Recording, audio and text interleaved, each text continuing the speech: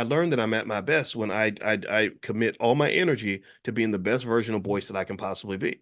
Boyce is not perfect. Boyce is never going to be everything that I want Boyce to be, but I know that Boyce is at his best when he's focused on doing what God told him to do, what I'm supposed to be doing, who I'm supposed to be, where I'm supposed to be at. So that's what I pour my energy into. So then I can honestly say most of the time when people are like, "Did you see that video where so and so said this about you?" I can't believe people might sometimes your friends will, they love you and they'll be like, "Yeah, I can't believe that they said that. That's some bully." And I'll be like, "I didn't even see the video." That is because I'm literally managing my own trigger because I'm a fighter. I like to fight. And I realize that you can't fight everybody. You can't fight all the idiots in the world. There's too many of them. You're outnumbered. It's 1,000 to 1. So instead of trying to fight every little person that's got something crazy to say, um, I focus on fighting the racial wealth gap. That's what I'm going to fight. I want to fight against bad culture. I want to fight against anything that seeks to oppress me or you or anything else. I want to fight against also the other things that hold us back. Right? A lot of things hold us back from reaching our goals. Fear. I fight fear, any fear that I may have. I want to fight the laziness that tells you to stay in the bed and watch Netflix instead of getting up and doing what you're supposed to do. So pick your battles. That's my point. You can't battle everybody. And I would encourage you to pick 3 or 4 things that matter to you more than anything else in the world. 3, maybe 4 things that are just like, okay, these are my top priorities in life, and pour all your energy into those 4 things. And anything that does not fit in those 4 things, that's not where you're supposed to be. That's not you at your best. You're diluting your energy. You're fighting multiple battles on multiple fronts. And I've talked to you guys about Operation Barbarossa, right? Because I'm a little bit of a history buff. And Operation Barbarossa, that's how the Germans lost World War II. Is Hitler was fighting too many battles. He invaded Russia, which he shouldn't have done. If he had focused on conquering a small amount of Europe, he would have done that. And he'd probably, there'd probably be a whole section of Europe that's like named after him. But instead, he was out here trying to fight everybody, and then the Americans jumped in, and you're fighting the Russians and the Americans. He couldn't beat all of them at the same time. So a lot of y'all are doing the same thing. You're trying to drink the entire ocean. You're trying to fight every battle, fight every idiot, get into every argument and all that.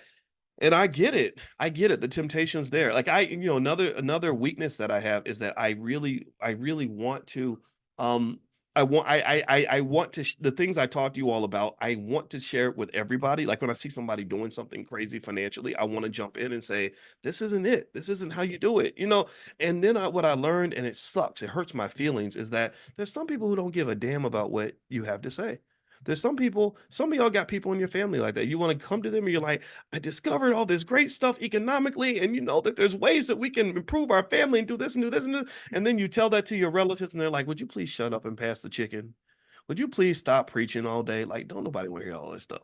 It is hard. It sucks. It's like you die on the inside. I do. I get sad. Like almost like you just it hurts to the core. But it's like, okay, boys, stop it.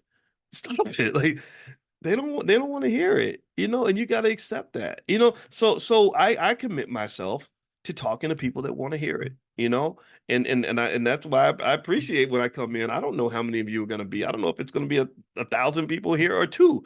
Doesn't matter. I want to talk to people that want to hear it.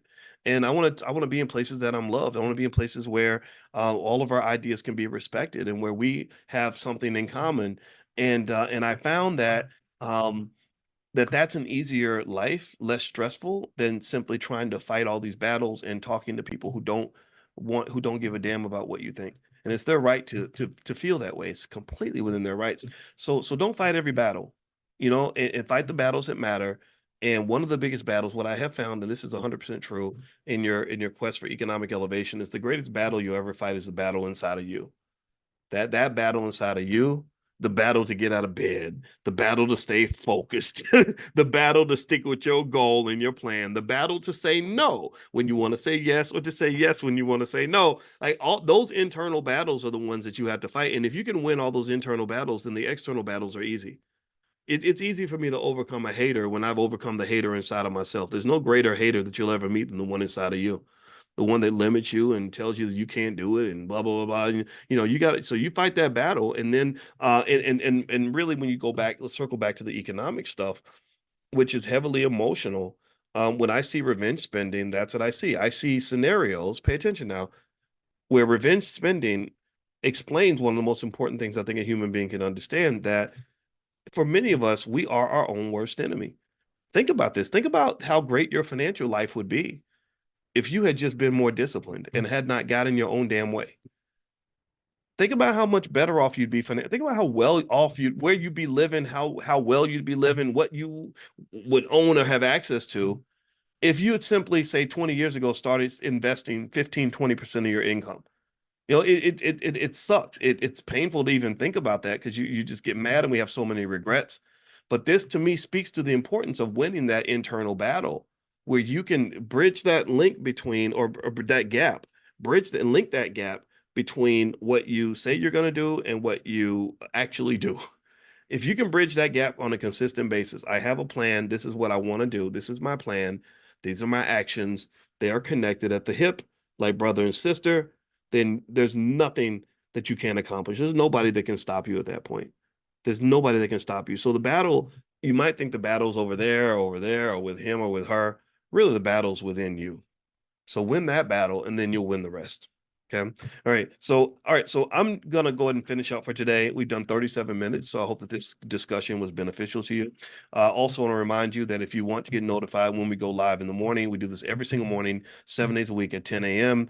Then just text the word morning, MORNING, to the number 87948. Text morning to 87948. If you live out of the country, you can go to drboyceelevate.com and you can sign up there.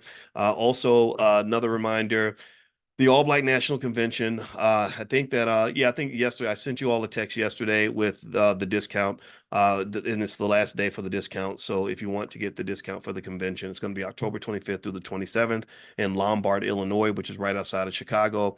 And we've gathered dozens of experts for the convention. I think we might have even gotten D1. I got to double check to see if D's making it because I could have sworn that I got a note today about his plane ticket or something. So that would be really cool to have D1 there. We already got Brother Nuri Muhammad as a speaker.